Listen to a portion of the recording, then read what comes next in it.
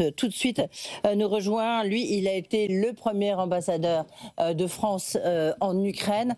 Il a été d'abord consul et puis justement au moment de l'indépendance, de la sortie de l'Ukraine de l'orbite soviétique, il est devenu ambassadeur. Bonsoir Hugues Pernet. Bonsoir Edwige Chevrillon. Merci d'être avec nous. Vous avez même écrit un livre chez Flammarion qui s'appelait Le journal du premier ambassadeur de France à Kiev. C'était chez Flammarion, oui. Un mot quand même, est-ce que vous, quand vous analysez ce qui se passe là, est-ce que vous êtes optimiste? Est-ce que vous redoutez, vous pensez que la Russie va quand même accepter les conditions de ce cessez-le-feu? Je serais prudemment optimiste. Tout d'abord, je pense que les Russes ont intérêt à accepter ce cessez-le-feu moyennant conditions. Ils ont un problème immédiat qu'ils veulent régler, c'est purger la poche de Koursk. Ils veulent vider le territoire russe de toute troupe ukrainienne.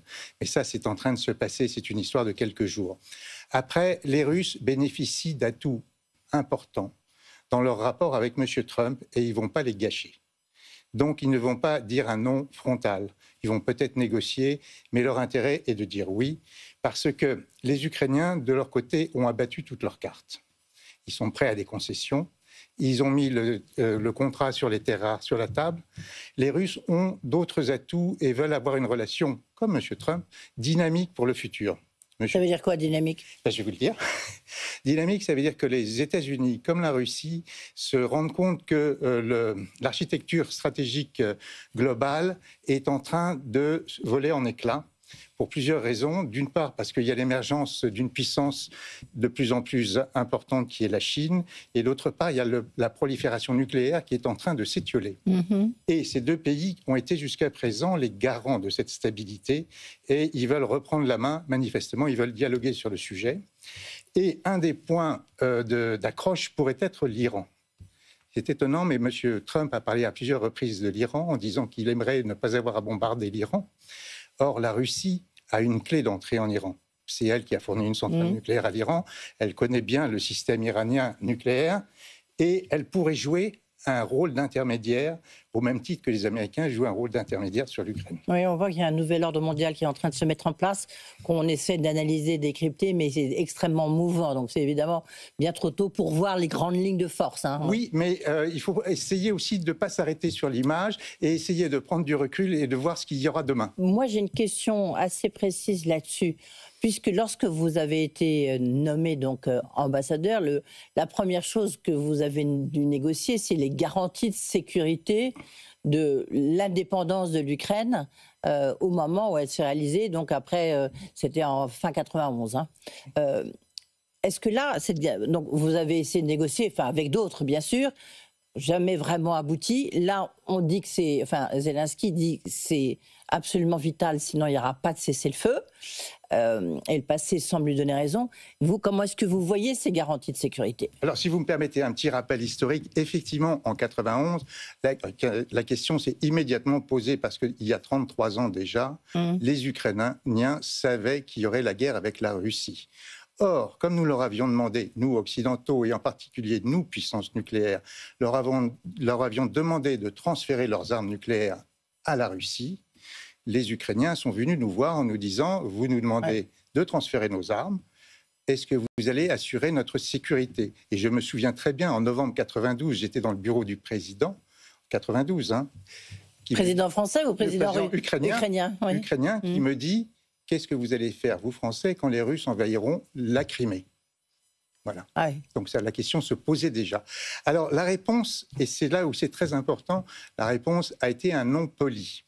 C'était les démocrates aux États-Unis à l'époque, c'était M. Clinton, et ça a abouti à ce qu'on a appelé le mémorandum de Budapest, qui est un mémorandum, ce n'est pas un traité, ce n'est pas un traité ratifié, dans lequel on rassurait les Ukrainiens en leur assurant leur intégrité territoriale, on n'inquiétait pas les Russes en indiquant qu'il n'y avait aucun mécanisme de répression en cas de violation et les Américains ne s'engageaient pas du tout. Donc c'était une réponse polie des démocrates. M. Trump fait une réponse brutale en disant il n'y aura pas de garantie de sécurité si ce n'est les 3 Caterpillar avec le drapeau américain qui serviront de garantie. Juste parce que le ministre de la Défense est en train de s'exprimer, je disais, et vous voyez, il dit la menace russe n'est pas nouvelle, donc il appuie un peu ce que vous venez de nous expliquer, Hugues Pernès, donc elle a toujours existé, mais qu'on n'a pas donné les moyens, on n'a pas donné les moyens, nous Européens, donc à l'Ukraine de se défendre. Oui, mais alors la menace russe n'est pas nouvelle, ça fait 3 ans qu'ils sont en guerre, ça donc on le sait. On en a pris conscience surtout à cause du défaut américain sur l'OTAN. Oui. C'est la raison, pardon, excusez-moi, de casser un peu bien sûr. l'atmosphère. Oui. C'est pas l'augmentation de la menace russe qui nous a amené à prendre conscience de notre vulnérabilité, c'est le défaut américain, et c'est pour nous une opportunité qu'il faut saisir pour se réarmer, qu'il faut saisir pour renforcer nos capacités nucléaires, qu'il faut saisir pour retisser des alliances, mais il faut faire attention à une chose, et ça c'est, je pense, assez difficile. Comme je vous l'ai dit, les Américains démocrates ou républicains ne donneront pas de garantie de sécurité vraiment forte. Ils veulent que ce soit nous qui les prenions à leur place, et nous risquons d'être mis dans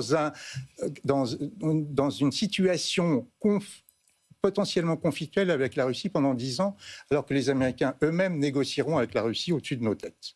Donc c'est un danger auquel il faut faire attention. Oui, très intéressant, parce qu'en plus derrière, il y a des enjeux économiques. C'est-à-dire que, parce qu'on voit là, donc ils raflent les terres rares, ok. Oui, mais... il faut voir. C'est important ou pas, vous qui avez été en Ukraine pendant longtemps? Je pense que c'est un habillage. D'accord. Pardon, ça n'engage que moi. Oui, mais enfin, on est assez d'accord avec cette ligne-là. Mais quand même, il y a l'Ukraine, on se rend compte qu'il y a beaucoup d'industries, notamment l'industrie automobile allemande, française, qui travaillaient, ou qui travaillent encore, du reste, en Ukraine. Je crois que votre successeur a dit que les Français, c'est le premier travailleur privé en Ukraine. Investisseur privé, oui. Oui, donc quand même une présence importante. Il y a sur le plan business, c'est important en Ukraine. Ah, nous avons, c'est important, mais la Russie aussi est importante. Voilà, non, mais ça, c'est les tables après. Non, mais ça, c'était ma deuxième question, la deuxième partie de ma question. Si vous voulez, ce que je veux dire, c'est que les Américains, je reviens à l'idée de dynamique, pour eux, ils veulent régler le problème ukrainien, mais leur dynamique, leur futur, ils le voient avec la Russie. Oui. Pardon, il faut rester dans le vrai par moment. Oui. Mais c'est sûr. Même si c'est difficile. Donc, pour revenir, je pense que les Russes devraient accepter, moyennant négociation, ajustement, le cessez-le-feu, et après, ils vont négocier très durement la solution définitive, ou je ne pense pas qu'on arrive à un traité de paix aussi rapidement que ça. Mais ils vont essayer de négocier très pied à pied, en sachant qu'ils ont une oreille complaisante à Washington. Dans quel état se retrouve l'Ukraine aujourd'hui? Je m'explique, parce que ça peut paraître... Je vois ce que vous voulez dire. Oui, ça peut paraître un peu paradoxal de dire ça. Quelle serait l'Ukraine qu'on va récupérer dans l'Union européenne? Exactement. Eh bien, écoutez, ça va être quelque chose de terrible. Parce que imaginez-vous cette Ukraine qui risque d'être scindée, soyons clairs. C'est un risque. Oui. Bon, l'enjeu, c'est la mer Noire, jusqu'où on va, c'est-à-dire c'est la Crimée. Est-ce que c'est jusqu'à Odessa ou pas? Non, mais même si elle est amputée de la Crimée et d'une partie du Donbass, c'est une amputation et elle va le vivre très douloureusement. Il va y avoir le problème des gens du front et des gens de l'arrière, qui est un vrai problème. Donc il va y avoir une crise politique assez grave. 3 ans de guerre meurtrière. Donc... Oui, non, mais il y a eu quand même tout ce problème de la mobilisation, et il y a beaucoup de rancœur, je pense, qui risque de s'exprimer, surtout si on a l'impression d'avoir perdu la guerre, et si on a d'autant plus l'impression d'avoir perdu la guerre par la traîtrise ou par l'abandon d'un allié. Donc, si vous voulez, vous allez avoir une crise morale très forte, où vous allez avoir des gens qui ne vont plus croire en rien et qui vont attendre de l'Union européenne tous les secours possibles, mais qui seront prêts aussi à beaucoup de choses. C'est pour ça que c'est très... Excusez-moi, non, mais je pense que vous avez tout à fait raison. Hugues Pernès, ce qui est intéressant, ce qui est très important, et du reste, il a très bien compris, Volodymyr Zelensky, c'est la manière dont il va pouvoir vendre, entre guillemets, ce cessez-le-feu, cette trêve à son peuple.